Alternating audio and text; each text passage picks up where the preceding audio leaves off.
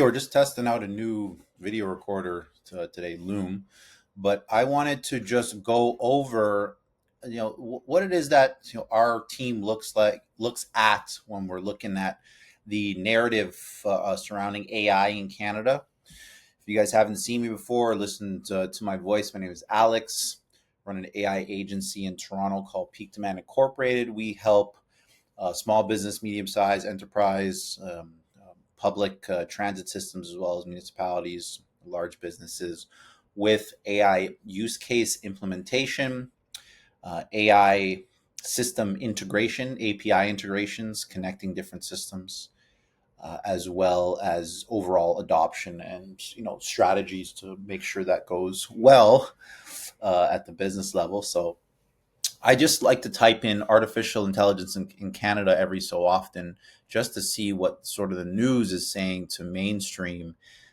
or surrounding AI in Canada specifically, because we know across the entire planet, AI is being adopted at warp speed. Canada continues to be the slowest developed nation to adopt AI. And I just want to show you guys a couple reasons why. Uh, Things like half of public servants turn to AI, raising risk. So, and this just came out 12 hours ago, and this is the type of language or risks or fear or safeguards or stuff like that that really, in my mind, end up being what discourages adoption, especially for older crowds. You have another article here: Canadian Public Service using AI for work, maybe putting government data at risks.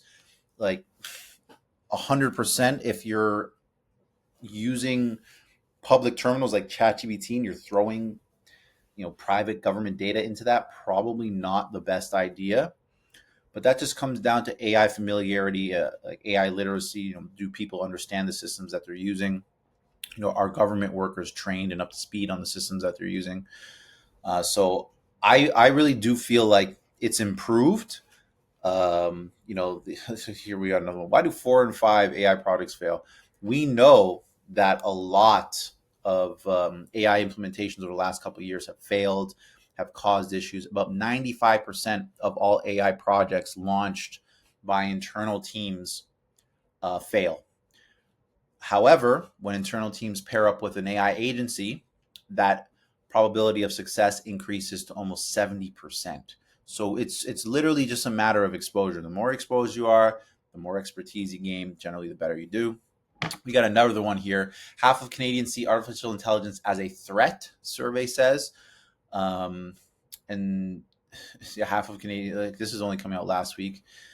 Let's see if we can find some more ones that are not, the best. Canadian government should regulate AI. 85% of Canadians say in a poll.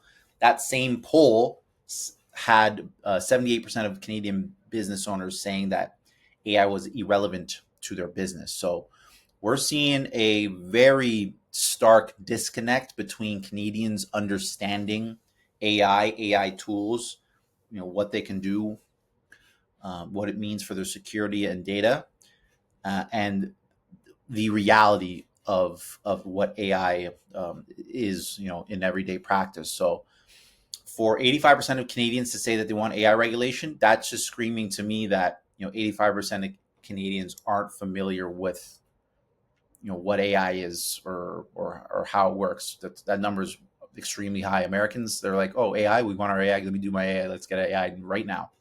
So I really do hope the narrative changes. And like our team, like, I try to make videos that say, hey, AI is AI for baby boomers, AI for older generations. These are useful things you can do with AI, all that stuff. It's really going to take media seeing strong implementations and then the inevitable happening, just accepting that AI is here. It's not going anywhere.